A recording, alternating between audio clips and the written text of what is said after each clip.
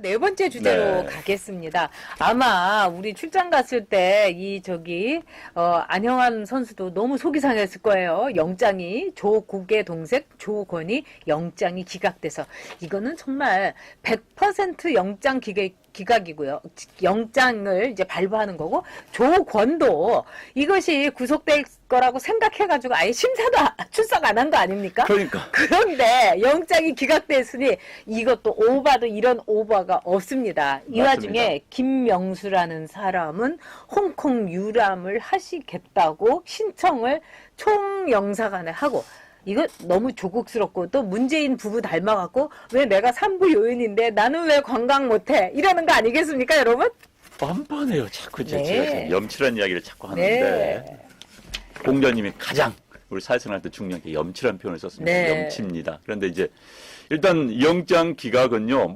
여러분들 다 이야기 아시죠? 제가 이야기 안 더라도 있을 수 없는 일을 벌어졌지요. 물론 저도 대한민국은 헌법상 무죄 추정의 원칙에 따라서 영장 구속되지 않은 상태에서 재판을 받는 게 맞습니다. 그러나 상식이 있습니다. 아니 조국 동생은 이른바 종범들 그 지시에 따라서 돈 받아 먹은 사람 2명이 구속이 됐어요. 근데 이 사람은 구속 안 시킨다는 건 뭡니까? 그럼 구속 사람 바보입니까? 같은 법원 내에서 같은 서울중앙지법 내에서 이럴 수가 있습니까? 그런데 이제 영장 전담 판사는요. 굉장히 힘듭니다. 힘들지만 판사들 다 가고자 합니다. 왜 가고자 하냐면요. 거기 가면 일단 승진 코스이기도 하고 또 하나는 이제 영장 전담 판사라면요. 제가 법조 내부 이야기를 드릴게요. 친구 변호사들 다 먹고 삽니다. 예를 제가 이제 영장 전담 판사하면은 제 고등학교 동창 변호사들, 제 연수원 동기, 대학 동기들 다 먹여 살립니다. 왜? 그래서 줄 되려고 대한민국 기업에 한 사람들이 구속되고 안 되고 우리는요. 구속 여부에 따라서 유죄냐 문제를 판단하는 국가에 살고 있습니다. 그건 아니거든요. 어찌됐든 구속 안 되기 위해서 영장 전담 판사와 관련되는 변호사 찾아다닙니다.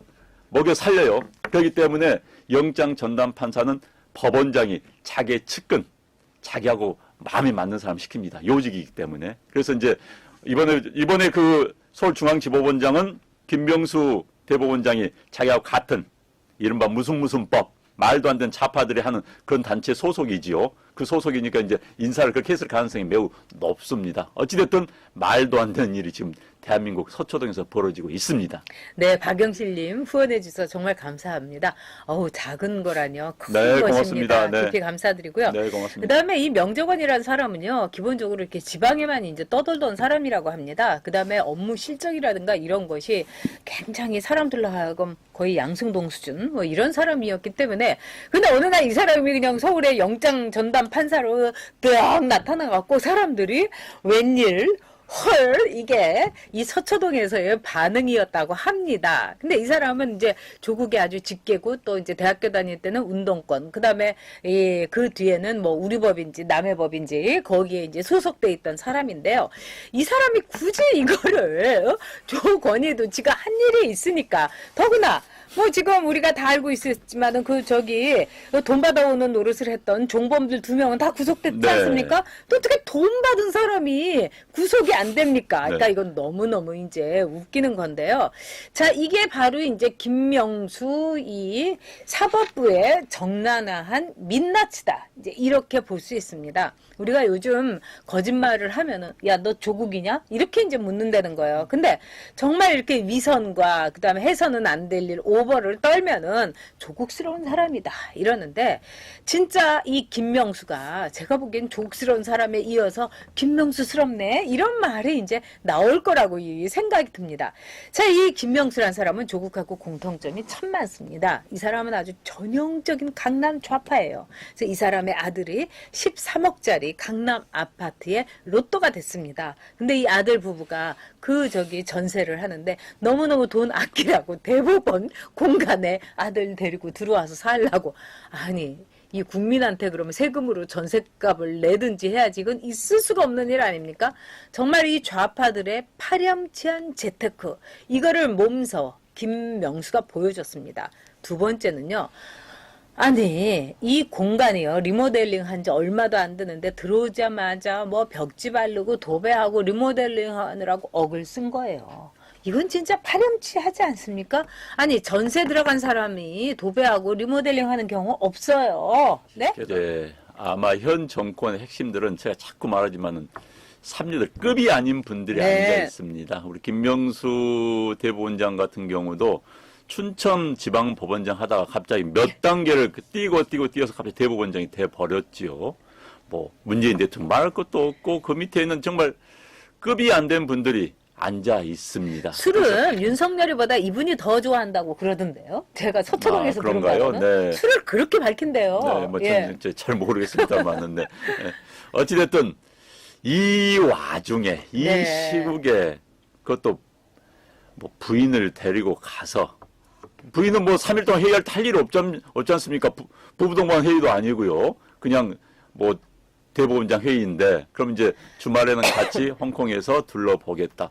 홍콩 둘러볼 것도 없는데 가서 솔직히 쇼핑한 거 외에는 홍콩 별로 볼 데가 없는데요. 그런데도 이제 가서 가겠다. 홍콩 이 난리인데 그건 아니죠. 그건 아니고요. 그런데 지금 저는 뭐 김병수 이 양반의 염치 없음도 문제지만은 문제는 지금 법원 내부가 완전히 한 편으로 쫙 쏠리고 있다는 거. 사법부가 저렇게 되면요. 사실 입법부보다 더 무섭습니다. 대한민국은 정치가 사법화되고 있는 나라예요. 정치적 모든 사안 자체가 사법부로 토스를 해버린 나라입니다. 정치에서 정리를 해야 되는데 정치 정리를 못하니까 사법부로 가는 겁니다. 그래서 사법부가 정리를 하는데 그 사법부가 한쪽 편향적인 집단들이 앉아있다. 그들만 승진하고 그들만이 주요 자리에 앉아있다. 하면 대한민국 정상적인 국가가 아닌 거죠. 그런데 그렇게 가고 있는 그 정점에 문재인과 김명수가 있는 겁니다. 지금. 네, 송경희님 자주 오시고요. 네. 근데 문재인하고 김명수의 이제 특징은 뭐냐? 제가 볼 때는 뭐 다른 거 뭐 이렇게 거창한 말씀을 우리 안형환 선수가 해줬으니까 제가 하지 않겠습니다만은 패키지 관광을 부부가 가려면 자기네 돈으로 은퇴한 뒤에 가야 되는 거예요. 물론 홍콩 구경 못했을 수 있어요. 그리고 문재인이도 저기 밖에 나간 적이 없답니다. 그러면 자기가 대통령이 돼서 자기가 고위직이 됐을 때 이때 진짜 미천을 다 드러낼 정도로 하면서 부부 관광을 여기에 얹어갖고 가겠다. 이건 있을 수 없는 겁니다. 일단 그 개인적인 사적인 그 관광을 하는 학회라 할지라도요. 부인이 가게 되면 부인 요금을 따로 받습니다. 밥값이라든가 이거 다 따로 그럼요. 받아요. 플러스 1인분입니다. 네. 그러면 문재인이고 김명수고 이게 그 부인들을 이렇게 필요 없는 출장에 데리고 갈 때는 자기네들이 돈 내야 되는 거 아닙니까?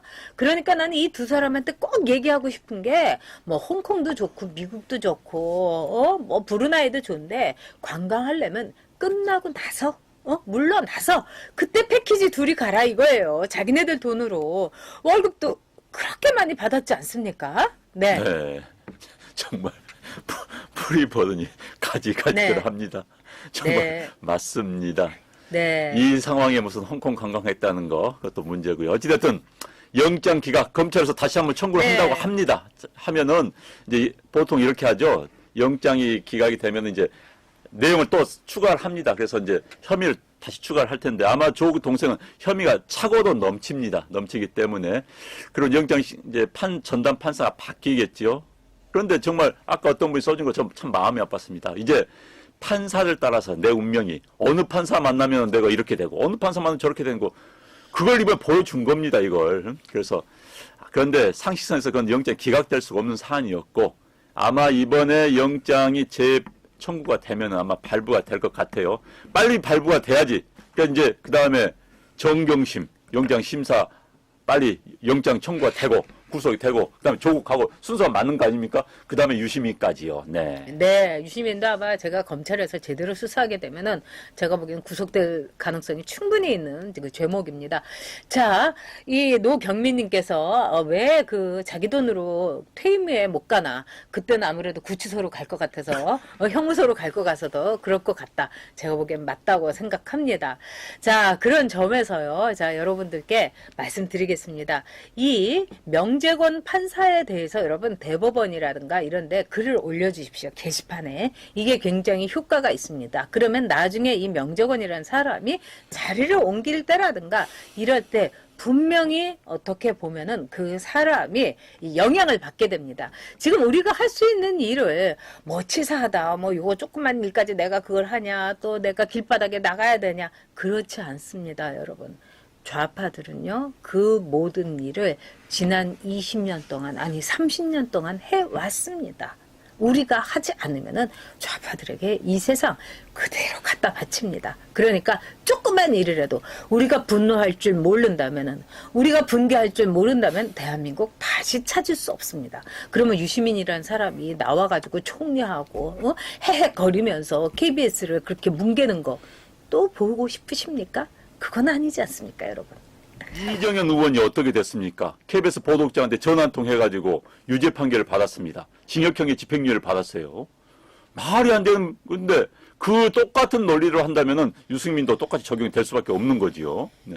맞습니다. 존재 자체가 제예요. 네, 진짜 니수님 말씀대로 니수님도 그날 오셔가지고 너무 반가웠습니다. 아, 제가 이렇게 한 분 한 분 볼 때마다 닉을 볼 때마다 이렇게 가슴이 이렇게 뜨거워지는 게 그날 그 자리에 나왔다는 것. 그날 그 자리에서 정말 그 우리 그 이 꿀방 친구분 중에서는요, 막 계속 이제 이 저기 문재인 심판 막 하면서 그냥 혼자서 그렇게 외치고 목이 터져라 외치는 걸 보고 제가 그냥 목이 그냥 꾹 그냥 울컥했습니다. 니스님 감사했고요. 그렇게 해야지 우리 세상이 바뀌고 대한민국 지킬 수 있는 겁니다. 네. 유해그래님이 국가 내란 선동죄 적용해야 된답니다. 맞습니다. 네, 네, 진짜 네. 맞습니다. 네. 네.